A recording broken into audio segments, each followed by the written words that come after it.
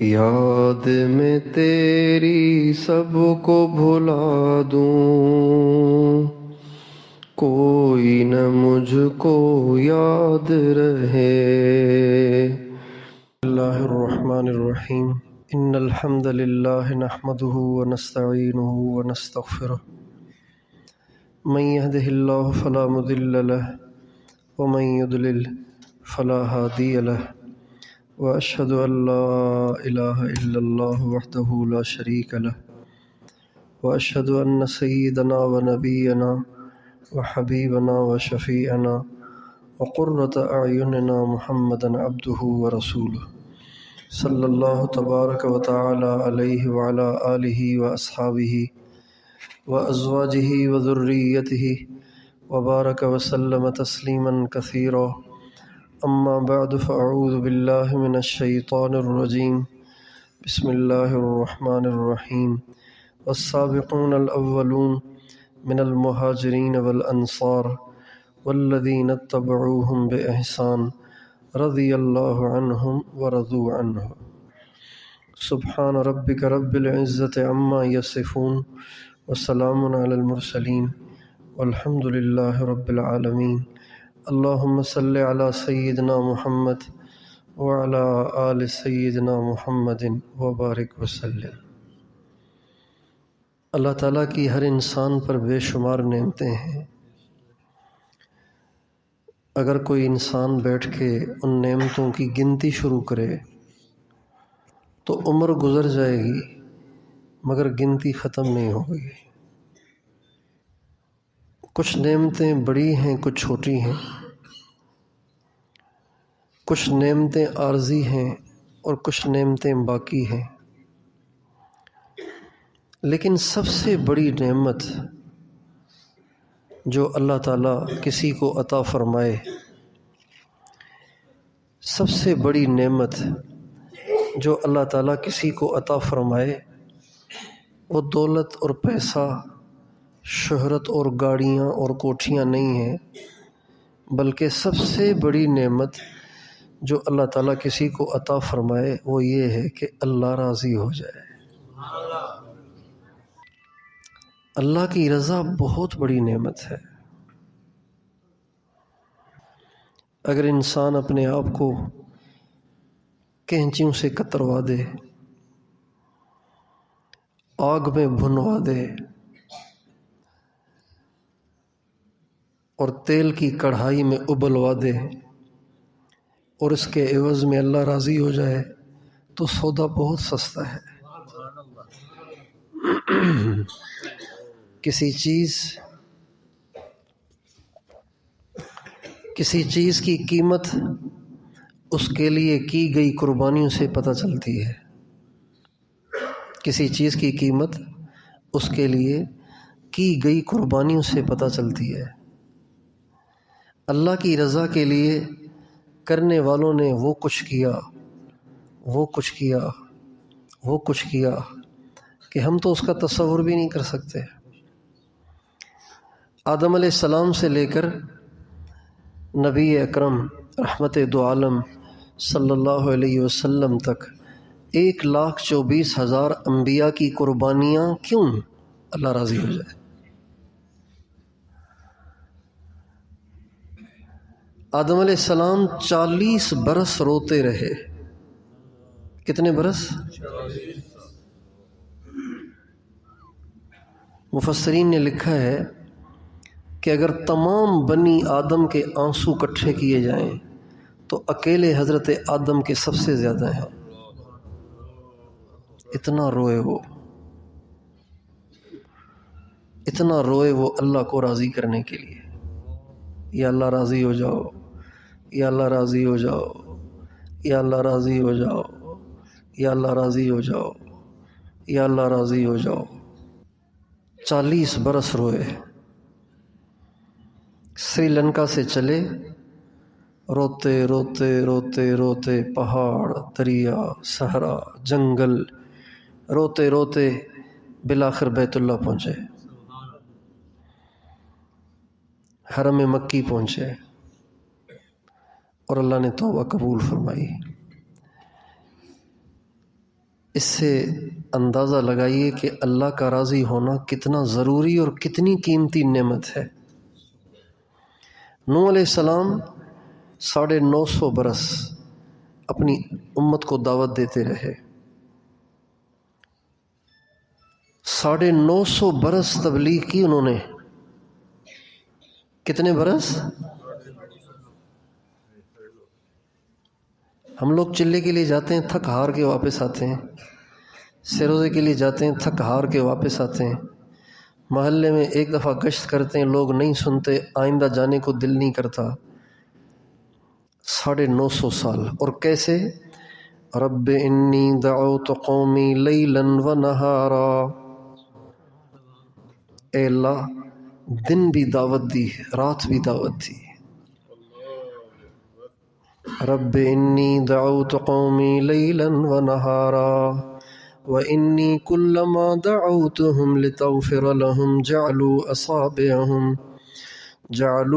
اصابعهم في آذانهم واستغشوا ثيابهم واسروا واستكبروا استكبارا ثم انی دعوتهم جہارا ثم انی اعلنت لهم واسررت لهم اسرارا فقلت استغفروا ربکم انه كان غفارا يرسل السماء عليكم مدرارا ويمددكم بأموال وبنين ويجعل لكم جنات ويجعل لكم أنهارا ما لكم لا ترجون لله وقارا وقد خلقكم أطوارا ألم تروا كيف خلق الله 7 سماوات طباقا وجعل القمر فيهن نورا وجعل الشمس سراجا والله أنبتكم من الأرض نباتا ثم يعيدكم فيها ويخرجكم إخراجا والله جعل لكم الأرض بساطا لتسلكوا منها سبلا فجاجا۔ یہ ساری دعوت اللہ نے نوح علیہ السلام کی نقل کی ہے، یہ سارے حضرت نوح کے الفاظ ہیں، اللہ نے اس کو عربی میں ہمیں بیان کیا ہے۔ اور نوح علیہ السلام کیوں کر رہے ہیں؟ دن رات ایک، پتھر مارنے والے پتھر مار رہے ہیں اور یہ خون صاف کر کے پھر وہیں۔ ابھی تو آپ سارے میری کہنے پہ سبحان اللہ کہہ رہے ہیں تو میرا بولنے کو دل کر رہا ہے۔ نوح علیہ السلام فرما رہے ہیں وَإِنِّي كُلَّمَا دَعَوْتُهُمْ لِتَغْفِرَ لَهُمْ جَعَلُوا أَصَابِعَهُمْ فِي آذَانِهِمْ، یا اللہ میں جب ان سے تیری بات کرتا ہوں یہ اپنے کانوں میں انگلیاں ٹھوس دیتے ہیں، وَاسْتَغْشَوْا ثِيَابَهُمْ اپنے منہ پہ کپڑا ڈال دیتے ہیں۔ اعراض کی بھی حد ہوتی ہے نا، اعراض اور منہ موڑنے کی بھی کوئی حد ہوتی ہے۔ کانوں میں انگلیاں بھی ٹھونس رہے ہیں اور چہرے پہ کپڑا بھی ڈال رہے ہیں تاکہ نظر ہی نہ آئے تیری شکل ہمیں، یہ مطلب تھا۔ نوح ہم تیری شکل نہیں دیکھنا چاہتے اس لیے چہرے پہ کپڑا ڈال دیتے تھے۔ 950 سال رگڑے کھائے جا رہے ہیں، رگڑے کھائے جا رہے ہیں، رگڑے کھائے جا رہے ہیں، رگڑے کھائے جا رہے ہیں، ان کی طرف سے بے التفاتیاں برداشت کیے جا رہے ہیں، ان کے پتھر برداشت کیے جا رہے ہیں، لہو لہاں ہونا برداشت کیے جا رہے ہیں۔ کیوں؟ اللہ راضی ہو جائے۔ اللہ کو راضی کرنے کے لیے لوگوں نے اتنا کچھ کیا ہے۔ اس سے اندازہ لگائیے کہ اللہ کی رضا کتنی قیمتی چیز ہے۔ ابراہیم علیہ السلام نے اللہ کی طرف بلایا، بتوں کی نفی کی، ان کو پکڑ کے آگ میں ڈال دیا، والد نے گھر سے نکال دیا، آگ کر دیا، آگ کر دیا، جائیداد سے محروم کر دیا۔ حالانکہ بہت پیسے والا تھا ان کا والد، ابراہیم علیہ السلام کا باپ بہت پیسے والا تھا، بہت پیسے والا تھا، ایک دمڑی بھی بیٹے کو نہ دی اور ایسے ہی نکال دیا گھر سے۔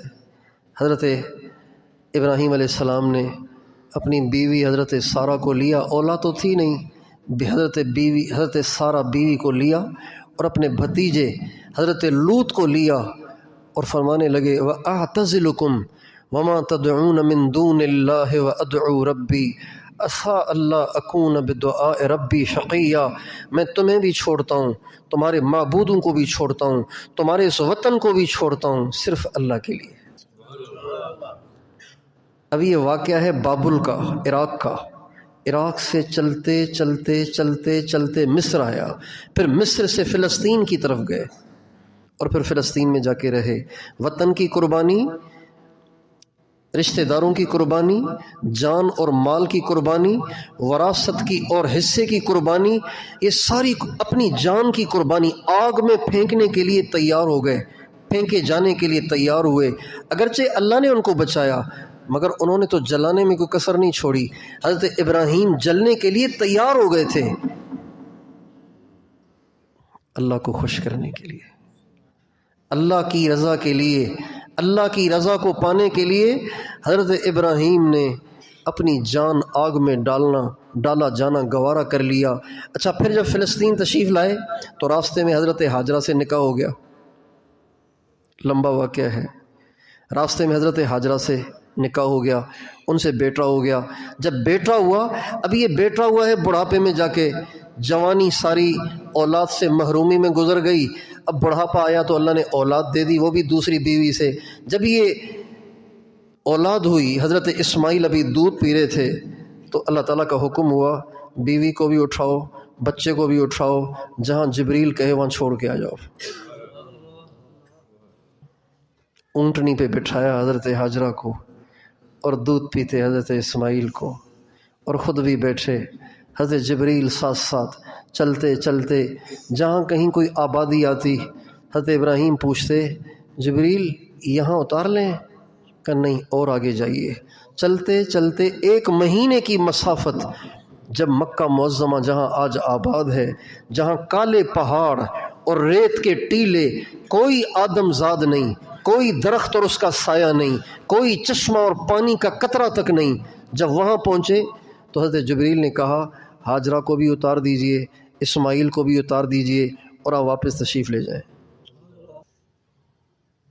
بڑھاپے کا بیٹا جب کہ وہ دودھ پی رہا ہو، چھوڑنا آسان نہیں ہوتا، بہت مشکل ہوتا ہے۔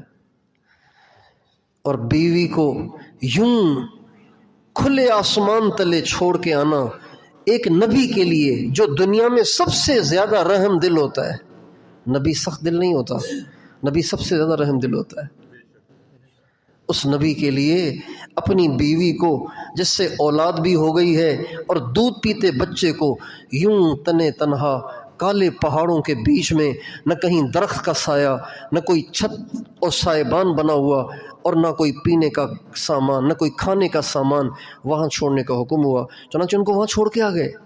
کیوں؟ اللہ کو راضی کرنا ہے، اللہ کو راضی کرنا ہے نا۔ یہ کوئی ہلکی پھلکی چیز نہیں ہے کہ جس کو چند روپیوں میں لے لیا جائے، یہ سب سے مہنگا سودا ہے، یہ سب سے مہنگی چیز ہے، یہ سب سے مہنگا سامان ہے جس کی قیمت ادا کرنے والوں نے اتنی کی کہ ہم اس کا تصور بھی نہیں کر سکتے۔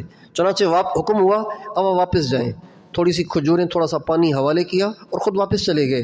حضرت ہاجرہ کو بتانے کی بھی اجازت نہیں تھی۔ تبلیغ والے جاتے ہیں تو اپنی بیوی کا ذہن بناتے ہیں، چلے کے لیے جا رہا ہوں، سامان دے کے جا رہا ہوں، یہ پیسہ، یہ بجلی کے بل کے پیسے، یہ گیس کے بل کے پیسے، یہ بچوں کی فیس، یہ گھر کا خرچہ، یہ راشن، السلام علیکم میں جا رہا ہوں، تمہیں اجر ملے گا، جنت میں ساتھ رہیں گے، پتہ نہیں کیا کیا ان کو ترغیبیں دیتے ہیں۔ پھر کہیں جا کے بیوی تیار ہوتی ہے، یہاں بیوی کو بتانے کی بھی اجازت نہیں تھی، چھوڑو اور جاؤ۔ جب یہ خاموشی سے جانے لگے تو حضرت ہاجرہ پریشان ہو گئیں، ان کو بتایا بھی نہیں تھا کہ کہاں جا رہے ہیں، تمہیں چھوڑنے جا رہے ہیں، یہ بھی نہیں بتایا تھا راستے میں۔ ذہن سازی کرتے ہیں تو بڑی سے بڑی قربانی آسان ہو جاتی ہے، ذہن سازی کرنے کی اجازت نہیں تھی، ورنہ وہ وہاں سے آنے کے لیے تیاری نہ ہوتی۔ جب ان کو یہاں چھوڑنے لگے اور خود جانے لگے تو حضرت ہاجرہ لپٹ گئیں۔ ابراہیم ناراض ہو گئے ہیں آپ کہ آپ یوں مجھے چھوڑ کے جا رہے ہیں۔ خاوند ناراض ہوتا ہے، میں کہ چھوڑ کے آ جاتا ہے، تو آپ مجھ سے ناراض ہو گئے کہ ایسے جنگل میں مجھے چھوڑ کے جا رہے ہیں جہاں کوئی ہے ہی نہیں، نہ کھانا نہ پینا نہ کوئی رشتہ دار نہ کوئی انسان، تو آپ مجھ سے اتنے ناراض ہو گئے۔ اب حضرت ابراہیم کو تو بولنے کی بھی اجازت نہیں، خاموش ہیں۔ اب وہ منت سماجت کرتی جا رہی ہے، ان کو تو جانے کا حکم تھا، یہ تو جا رہے ہیں، مگر یہ ساتھ ساتھ منتیں کرتی جا رہی ہیں اور مناتی جا رہی ہیں۔ آخر حضرت ہاجرہ کے دل میں اللہ نے ڈالا کہ پوچھو تو صحیح کہ کس کے کہنے پہ چھوڑ رہے ہیں۔ چنانچہ وہ کہنے لگیں اللہ امرک، کیا اللہ نے کہا ہے؟ تو حضرت ابراہیم نے گردن کو ہلا کے جواب دیا ہاں اللہ نے کہا ہے۔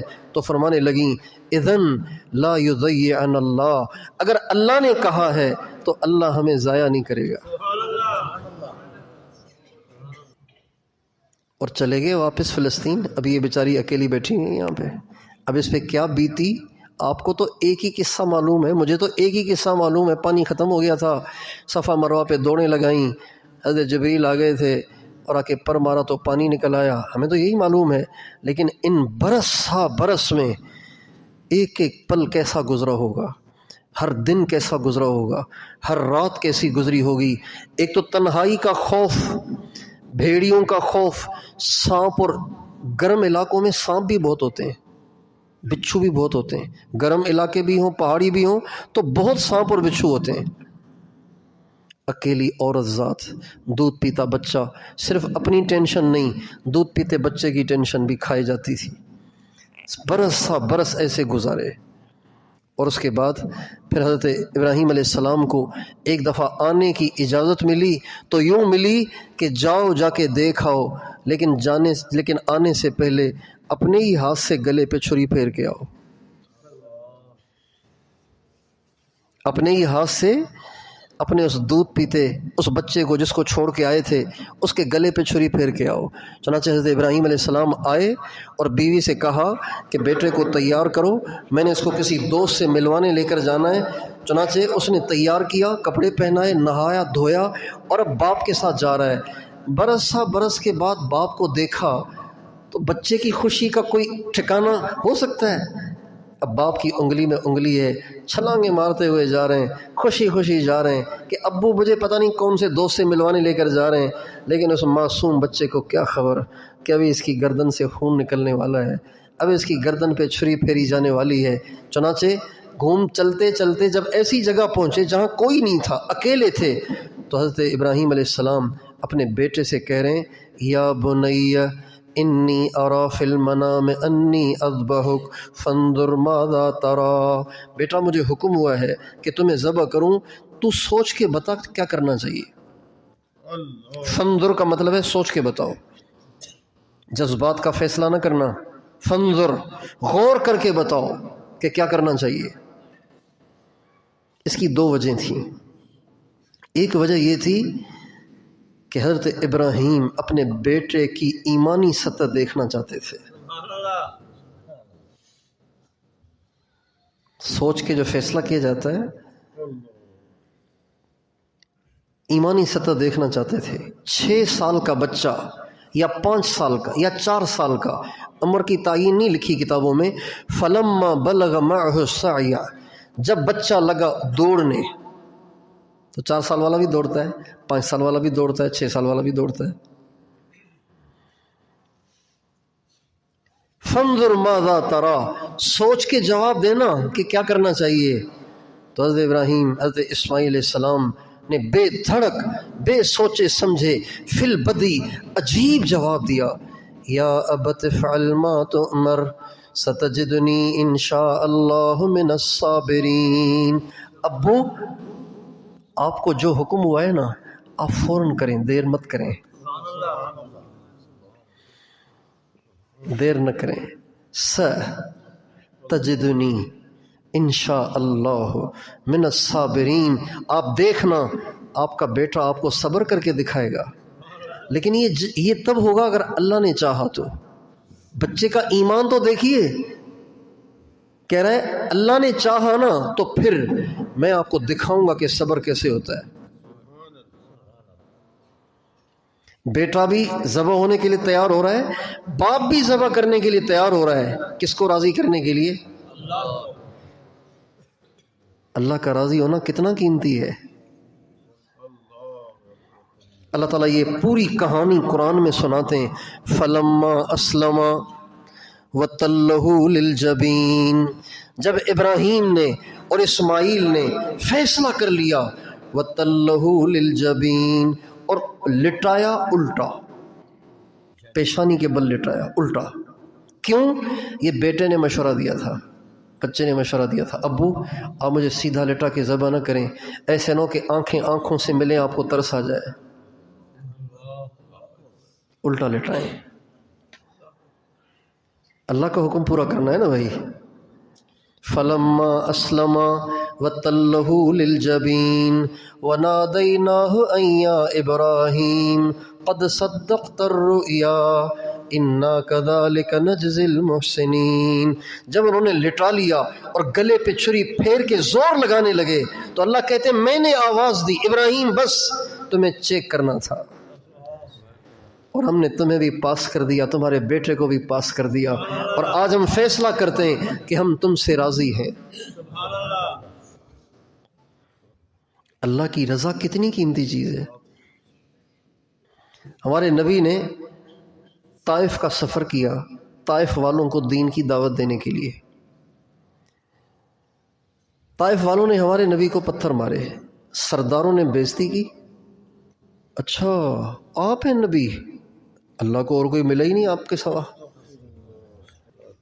کتنا دل دکھے گا ایسی باتوں سے. میں یہاں آیا آپ کے پاس، اگر یہاں سے کوئی کھڑے ہو کے کہا اس کو بلایا بیان کے لیے جو پوسٹر میں نام اس کا لکھا ہوا ہے، ابے اس سے زیادہ تو اچھا میں بیان کر لیتا ہوں. سب کے سامنے کھڑے ہو کے مجھے کہے، یار کتنا دل دکھے گا. مہمان ہوں کم از کم، ٹھیک ہے میں چھوٹا ہی صحیح، میں جاہل ہی صحیح، میں بے ڈھنگا ہی صحیح، لیکن کم از کم مہمان ہونے کے ناطے کم از کم ایسی باتیں تو نہ کرتے، بےزتی کیوں کر رہے ہیں. ہمارے سرکار 90 کلومیٹر پیدل چل کے ان کی خدمت ان کے پاس گئے، 90 کلومیٹر پیدل چل کے گئے، اور کہیں نہیں ملتا. کوئی ناشتہ بھی کیا، کوئی کھانا بھی کھایا، کوئی بھوک کا کیا انتظام تھا، کوئی بستر تھا، کوئی چادر تھی نہیں تھی. اکیلے حضرت زید بن حارثہ جن کو حضور نے بچپن میں بیٹا بنا لیا تھا ان کو ساتھ لیا، اور آپ چل پڑے طائف والوں کی طرف، اور ان کو دعوت دی تو انہوں نے الٹی سیدھی ایسی باتیں کی آپ کا دل دکھا. چنانچہ آپ نے کہا سردار نہیں مانتے، چلو عوام سے ہی بات کر لوں، غریب لوگ زیادہ نرم ہوتے ہیں، چلو انہی سے بات کر لوں. لیکن چونکہ چلتی سرداروں کی تھی تو انہوں نے عوام الناس کو بھی ورغلایا اور شریر بچوں کو حضور کے پیچھے لگایا. 1 مہینہ آپ نے وہاں گزارا، اور روزانہ آپ کو پتھر پڑتے تھے، روزانہ آپ کو مار ملتی تھی، روزانہ آپ کی بے عزتی ہوتی تھی. آخری دفعہ جب انہوں نے پتھر مارے تو ایسے مارے کہ 2 لائنیں لگا کے کھڑے ہو گئے، ادھر سے بھی پتھر، ادھر سے بھی پتھر، ادھر سے بھی پتھر، ادھر سے بھی پتھر، یہاں تک کہ آپ لہو لہاں ہو کر بے ہوش ہو کے گر گئے، بے ہوش ہو گئے. حضرت زید بن حارثہ جوان ہو گئے تھے، آپ کو کندھے پہ اٹھایا اور اٹھا کے عتبہ اور شیبہ کے باغ میں لائے اور آپ کو وہاں لٹایا. آپ بے ہوش تھے، کچھ دیر کے بعد ہوش آیا، آپ نے وضو کیا، اور وضو کر کے جب پاؤں دھونے لگے تو آپ کے مبارک پاؤں نعلین شریفین سے نکل نہیں رہے تھے. خون کے جمنے کی وجہ سے آپ نے پاؤں نکالے اور پاؤں دھوئے، 2 رکعت نماز پڑھی. اس کے بعد پتہ ہے کیا دعا مانگی؟ اللہم اشکو الیک ضعف قوتی وقلت حیلتی وہوانی علی الناس الی من تکلنی الی من یتجہمنی ام الی عدو ملکتہ امری ان لم یکن لک علی غضب فلا ابالی ولک العتبی حتی ترضی. ساری دعا کا ترجمہ کرنے کی ضرورت نہیں، آپ علیہ السلام نے ساری دعا میں جو کہا اس کا خلاصہ یہ ہے، اے اللہ انہوں نے میری بہت بے عزتی کی، انہوں نے مجھے بہت خوار کیا، اے اللہ انہوں نے مجھے بہت مارا، لیکن میں نے ان کے پتھر بھی برداشت کر لیے، خون بھی برداشت کر لیا، ساری تکلیفیں برداشت کر لیں، ان کے طعنے، ان کی بے عزتیاں برداشت کر لیں. اگر آپ مجھ سے راضی ہیں تو مجھے ان کے پتھروں کی کوئی پرواہ نہیں. ان لم یکن لک علی غضب فلا ابالی. اگر یہ ناراضگی کی وجہ سے کیا ہے تو میں معافی مانگتا ہوں. اگر آپ مجھ سے راضی ہیں تو مجھے کوئی پرواہ نہیں کہ انہوں نے میرے ساتھ کیا کیا. وَلَكَ الْعُتْبَى حَتَّى تَرْضَى. لیکن اگر آپ راضی نہیں ہیں نا تو میں آپ کو بہت راضی کروں گا، بہت مناؤں گا، یہاں تک کہ آپ کو ترس آ جائے، آپ مجھ سے راضی ہو جائیں.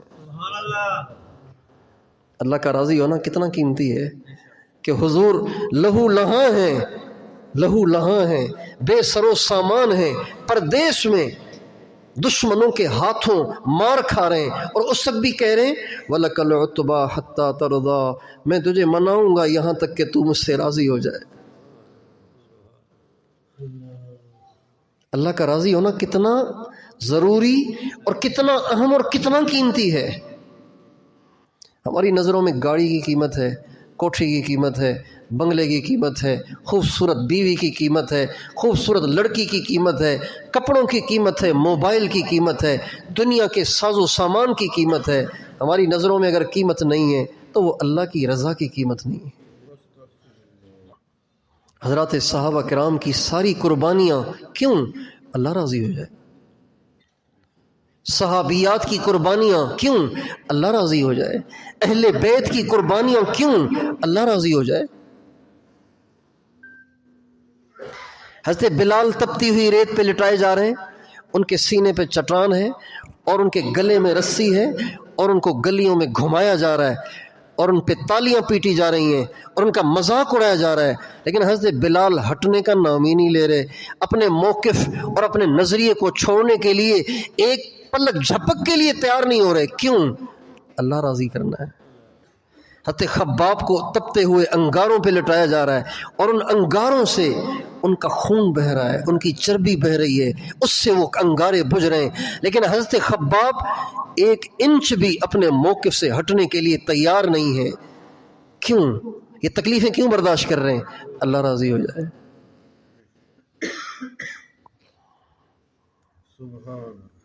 اللہ کا راضی ہونا سب سے اہم اور سب سے قیمتی ہے. اچھا یہ تو بات ثابت ہو گئی کہ اللہ کا راضی ہونا سب سے اہم ہے. اچھا ہوگا کیسے؟ یہ بھی تو پتہ چلے. کوئی انسان تو ہے نہیں کہ پاؤں میں گر جائیں، ماں تو ہے نہیں کہ لپٹ جائیں. اللہ راضی کیسے ہوگا؟ اللہ تعالیٰ نے راضی ہونے کا راستہ بھی دے دیا ہے. اللہ تعالیٰ نے اندھیرے میں نہیں چھوڑا. جو لوگ کہتے ہیں نا بھائی پتہ نہیں اللہ کس میں راضی ہے، یہ غلط کہتے ہیں. اللہ کس میں راضی ہے کیا مطلب؟ اللہ نے راضی کرنے کا طریقہ نہیں بتایا ہے.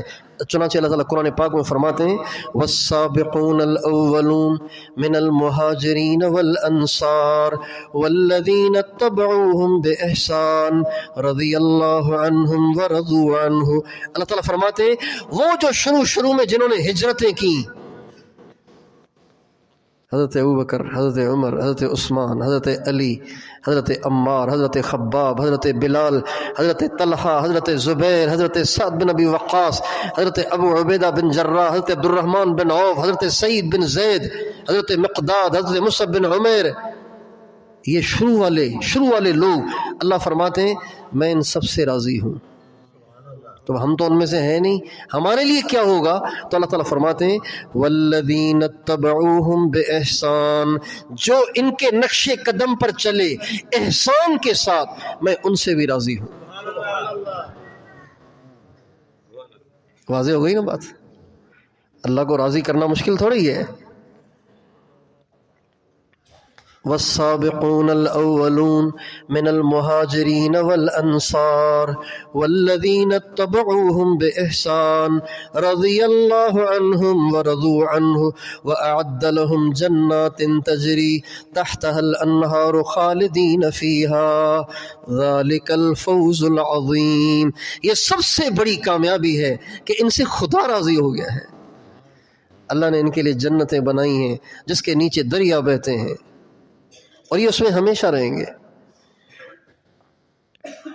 اللہ کی رضا کہاں ملے گی؟ صحابہ کے نقش قدم پر چلنے سے، صحابہ کے طریقے پر چلنے سے، اہل بیت کے طریقے پر چلنے سے، پیارے نبی کے نقش قدم پر چلنے سے اللہ کی رضا ملے گی. لیکن صرف چلنا کافی نہیں، ایک اور چیز بھی اس میں ایڈ کی گئی ہے، وہ ہے بے احسان.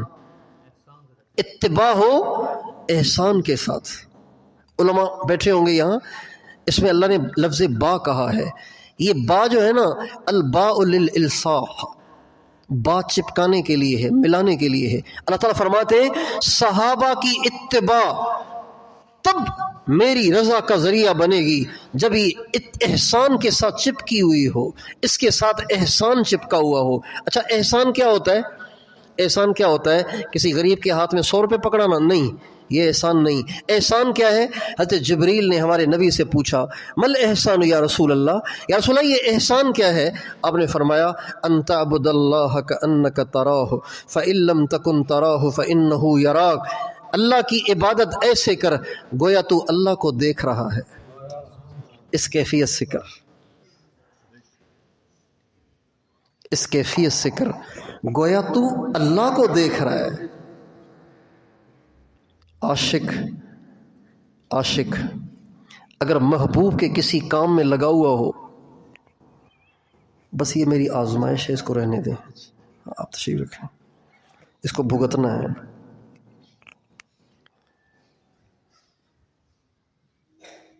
عاشق کسی محبوب کے کسی کام میں لگا ہوا ہو اور محبوب اسے دیکھ رہا ہو، یہ محبوب کو دیکھ رہا ہو، آنکھوں میں آنکھیں مل رہی ہیں اور اس کا کام ہو رہا ہے. مزہ آتا ہے کہ نہیں آتا؟ بھائی آتا ہے کہ نہیں آتا؟ ان تعبد اللہ کانک تراہ، اللہ کی عبادت ایسے کر گویا اللہ کو تو دیکھ رہا ہے. فإن لم تکن تراہ فإنہ یراک، اگر تیری آنکھیں اسے نہیں دیکھتی تو وہ تو تجھے دیکھ رہا ہے نا. اس کیفیت سے ہر نیکی کو کرنا، اس کیفیت سے درس دینا، اس کیفیت سے تبلیغ کرنا، اس کیفیت سے بیان کرنا، اس کیفیت سے نماز پڑھنا، اس کیفیت سے روزے رکھنا، اس کیفیت سے عمرہ کرنا، اس کیفیت سے حج کرنا، اس کیفیت سے کسی غریب کی مدد کرنا، اپنی ماں کی دعائیں لینا، اپنے باپ کی دعائیں لینا، رشتہ داروں سے اچھا سلوک کرنا، اس کیفیت کے ساتھ اگر ہوگا تو پھر اللہ کی رضا کا باعث بنے گا. صرف اتباع کافی نہیں، اتباع کے ساتھ احسان ضروری ہے، ورنہ یہ اتباع بے جان ہو جائے گی، بے روح ہو جائے گی.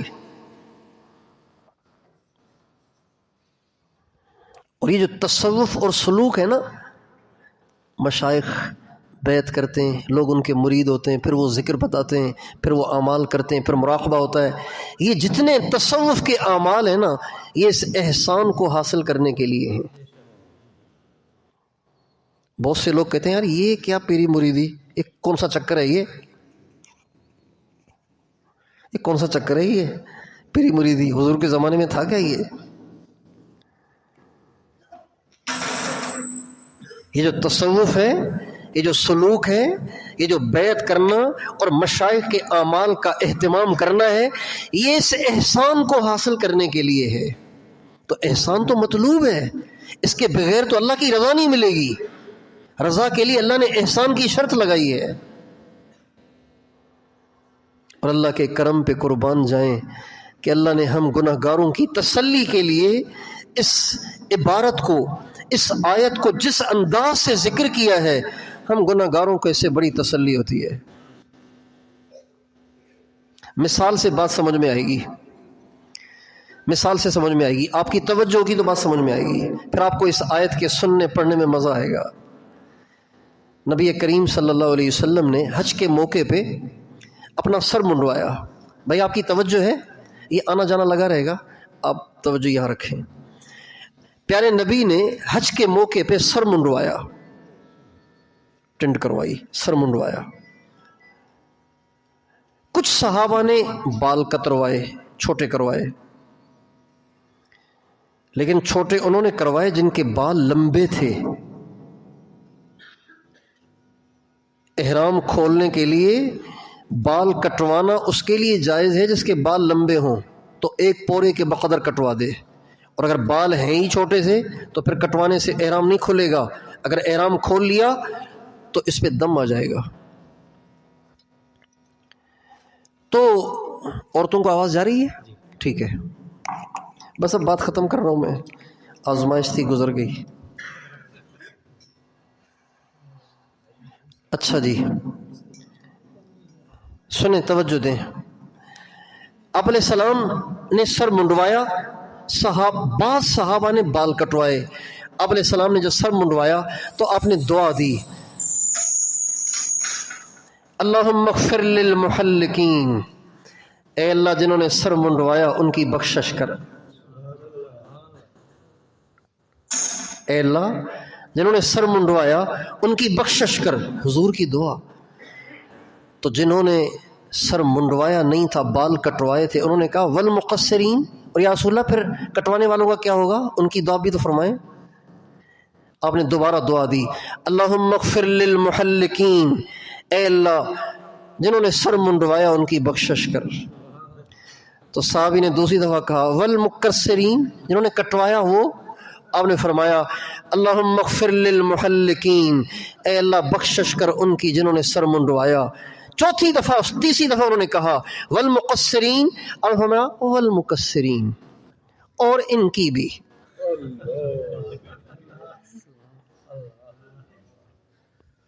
اور اگر اس کی اور تفصیل کی جائے تو آپ نے گویا یوں فرمایا والمقصرین، ان کے طفیل ان کی بھی، چونکہ واو عطف کے لیے آتا ہے، یہ تابع ہوتا ہے۔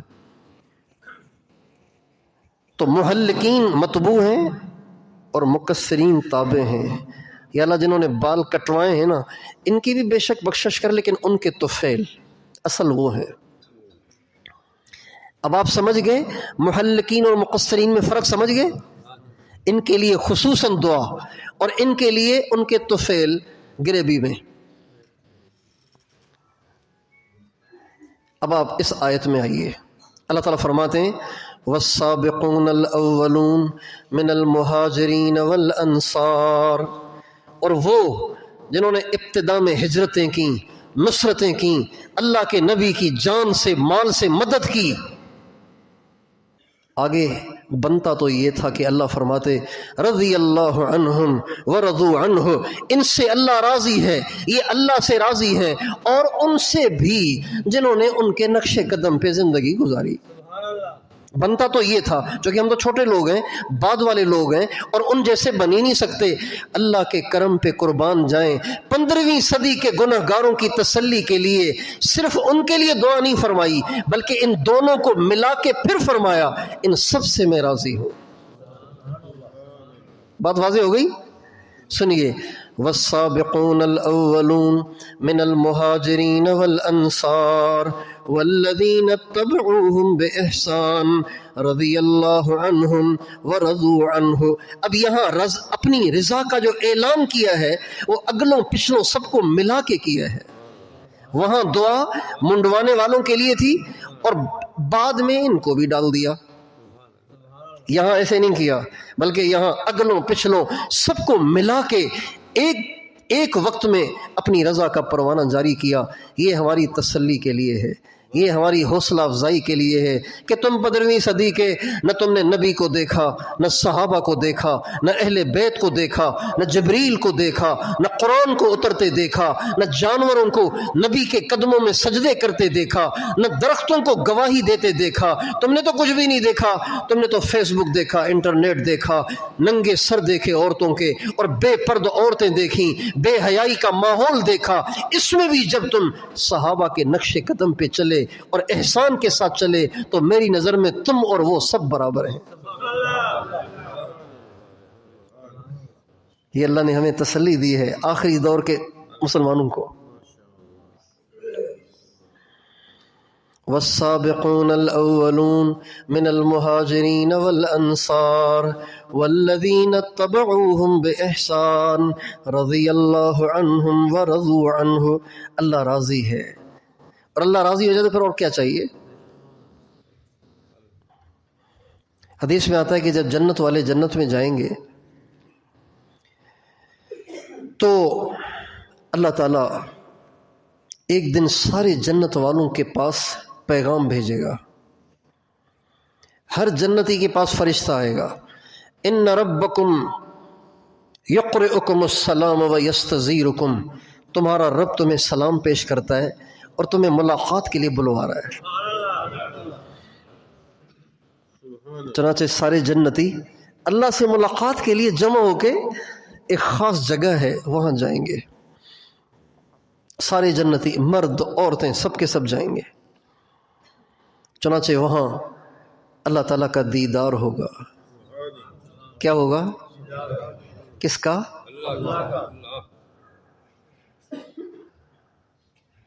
وجوہ یومئذ ناظرہ الی ربہا ناظرہ، وہ چہرے سرسبز و شاداب ہوں گے جو اللہ کو دیکھ رہے ہوں گے۔ کتنا مزہ آئے گا، کتنا مزہ آئے گا، کتنا مزہ آئے گا۔ اس کے ایک بنے ہوئے بندے یوسف کو دیکھ کر زلیخا کی سہیلیوں نے انگلیوں کے ٹکڑے ٹکڑے کر دیے، تو خدا کو دیکھنے میں کتنا مزہ آئے گا۔ اس کے ایک بندے ہمارے آقا حضرت محمد صلی اللہ علیہ وسلم کے حسن کو دیکھ کر صحابہ سولیوں پہ چڑھ گئے، 90 زخم کھا کھا کے شہید ہوئے، 80 زخم کھا کھا کے شہید ہوئے۔ ماں نے اپنے 4 بیٹے ان کے نام پہ نچھاور کرنے کے لیے پیش کر دیے۔ جب وہ اتنے حسین تھے تو اللہ کتنا حسین ہوگا۔ ہمارے نبی عجیب حسین تھے، کچھ نہ پوچھو۔ جو لوگ اپنی نگاہوں میں ہمیشہ حسین چہرے رکھتے ہیں، یہ اپنا بہت نقصان کر رہے ہیں۔ جنہیں حسین چہرے دیکھنے کی لت لگ گئی ہے، یہ اپنا بہت نقصان کر رہے ہیں۔ جنہیں عورتوں کو دیکھنے کی لت لگ گئی ہے، یہ اپنا بہت نقصان کر رہے ہیں۔ جنہیں فلمیں اور ڈرامے اور ننگی تصویریں دیکھنے کی لت لگ گئی ہے، یہ اپنا بہت نقصان کر رہے ہیں۔ اس لیے کہ ان غلیظ آنکھوں سے وہ سرکار کو نہیں دیکھ پائیں گے، حضور کو نہیں دیکھیں گے۔ اللہ بڑا غیرت مند ہے اپنے نبی کے معاملے میں۔ اللہ ان غلیظ نگاہوں کو حضور کے پاک چہرے، حضور کے مقدس چہرے پہ پڑنے نہیں دے گا۔ اللہ اپنے نبی کے بارے میں غیرت مند ہے۔ ہمارے نبی نے دعوت کی تھی صحابہ کی اپنے گھر پہ، صحابہ آئے، کھانا کھایا، پھر کھانا کھا کے آپس میں گپ شپ لگانے بیٹھ گئے۔ اب علیہ السلام انتظار کر رہے، کھانا کھا لیا پھر بھی بیٹھے ہوئے، اٹھ نہیں رہے۔ لیکن ہمارے نبی کی طبیعت میں چونکہ شرم غالب تھی، آپ کچھ کہہ نہیں رہے تھے۔ جبریل آ گئے کہ جب تم نے کھانا کھا لیا تو اٹھ کے کیوں نہیں چلے جاتے ہو، میرے محبوب کو کیوں تکلیف دے رہے ہو؟ 2 صحابہ کی آپس میں منہ ماری ہو گئی اور آواز اونچی ہو گئی۔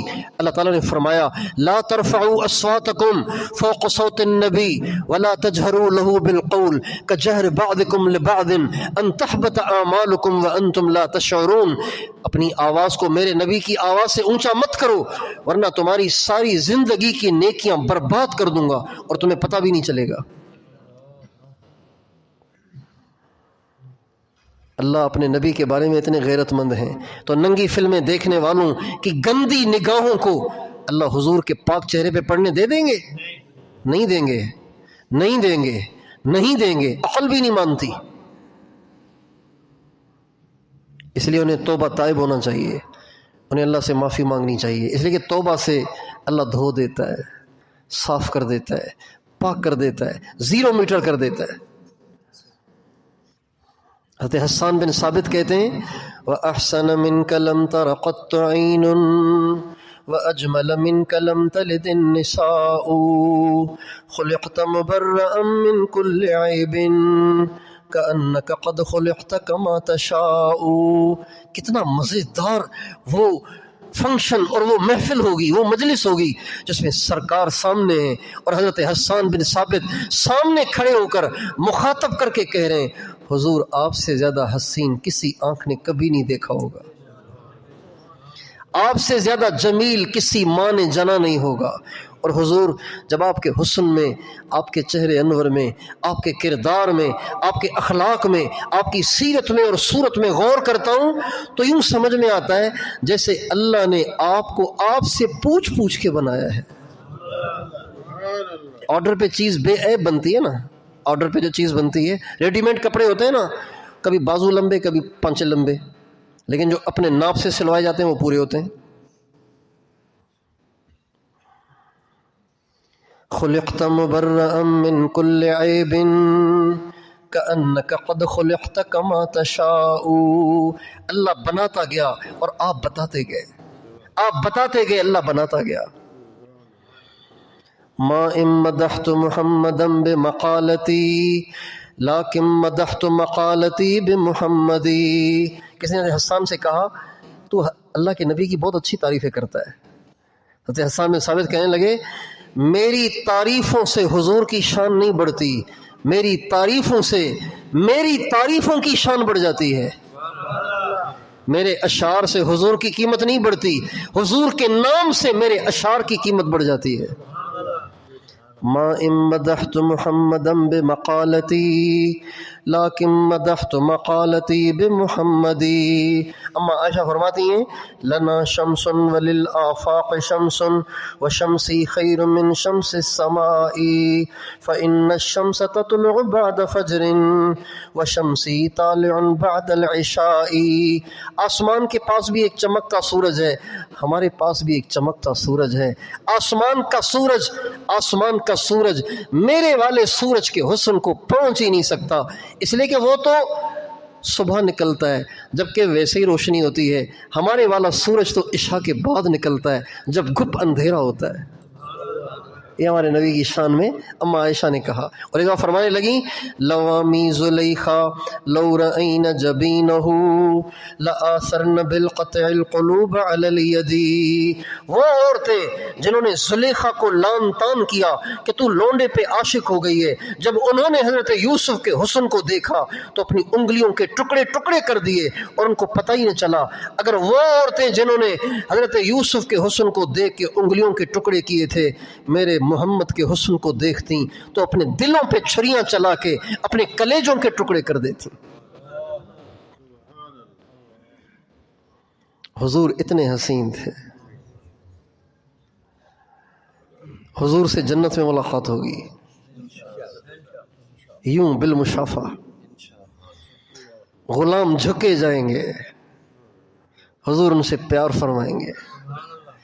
جو آج سنت پہ ڈٹے ہوئے اور لوگوں کے لان تان برداشت کر رہے ہیں اور لوگوں کی باتیں سن رہے ہیں اور ان کی کڑوی کسیلی برداشت کر رہے ہیں اور ان کی سنت پہ جمے ہوئے اور زمانے کے ساتھ نہیں چل رہے، وہ عورتیں جو باپرد ہو کر زندگی گزار رہی ہیں، گناہوں سے اپنے آپ کو بچا رہی ہیں، رشتہ داروں اور میکے والوں اور سسرال والوں اور سب کے لان تان اور ان کے تانے اور ان کے ترچھے اور کڑوے جملے سن کے برداشت کر رہی ہیں اور حضور کی سنت پہ ڈٹی ہوئی ہیں، جب حضور کا دیدار ہوگا تو حضور ان کی حوصلہ افزائی فرمائیں گے. اپنے ہاتھ سے جام کوثر پلائیں گے. آج دنیا جتنی چاہے مذاق اڑا لے، ایک دن آئے گا کہ یہ مذاق اڑانے والے روئیں گے اور یہ سنت پہ ڈٹ جانے والے اور سنت پہ ڈٹ جانے والیاں ہنسیں گے، خوش ہوں گے.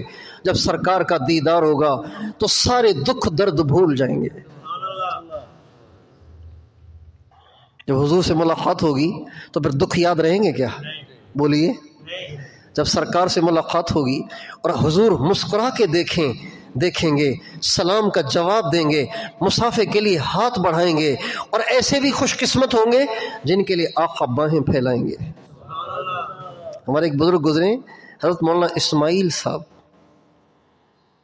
مجدد دوران، بانی تبلیغ، مولانا الیاس صاحب کے والد صاحب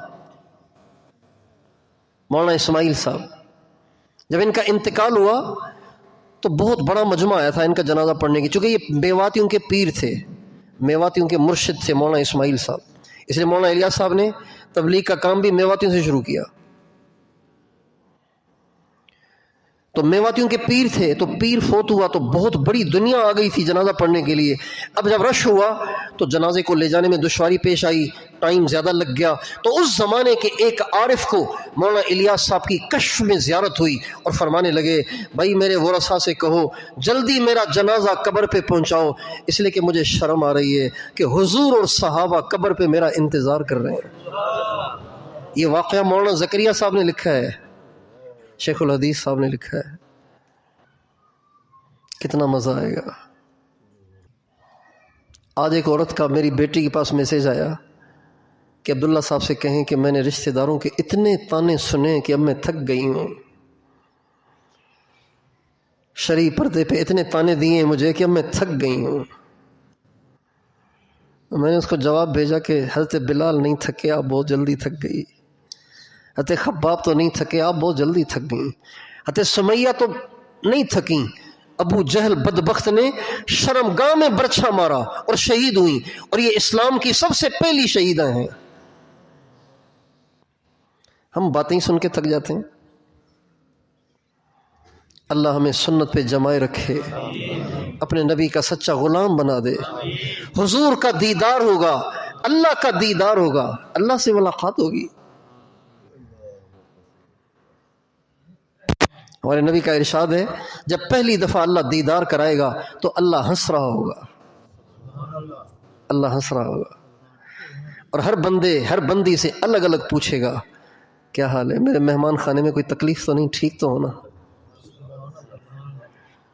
جب یہ تجلی ظاہر ہوگی، جب اللہ کا جلوہ ہوگا، اللہ پردے ہٹا کے خود سامنے آئے گا، تو بندے کہیں گے اللہ اب تک تو بن دیکھے سجدے کیے تھے، ایک سجدہ تو دیکھ کر بھی کرنے دے، اب دیکھ کے کرنے دے، اب تک تو غیب کے سجدے تھے، اب مشاہدے کا سجدہ بھی کرنے کی سعادت دے۔ اللہ فرمائیں گے نہیں، انی قد رفعت عنکم المؤونہ، یہ سجدہ مشقت ہے اور مشقت میں تم سے اٹھا چکا ہوں، اب تمہاری مہمانی کے ایام چل رہے ہیں، یہ مہمانی کا موقع ہے، یہ مشقت کا موقع نہیں ہے۔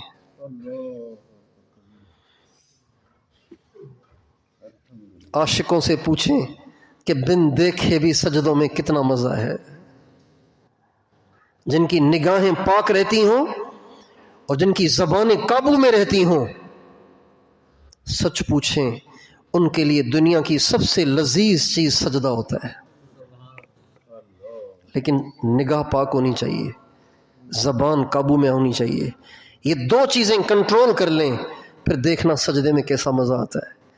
آپ کو سخت گرمی میں، ٹھنڈے پانی میں، اور لیمو پانی میں، اور دودھ سوڈا میں، اور گنے کے رس میں وہ مزہ نہیں آئے گا جو آپ کو سجدے میں مزہ آئے گا۔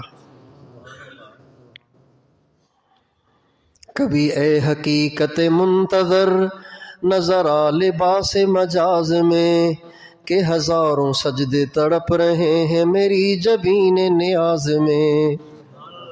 علامہ اقبال اللہ تعالیٰ سے کہہ رہے ہیں یا اللہ ساری زندگی تجھے بن دیکھے سجدے کیے ہیں، ایک دفعہ آپ اپنی جھلک دکھا نہیں دیں گے تاکہ آپ کو دیکھ کے بھی تو سجدے کا مزہ لینا۔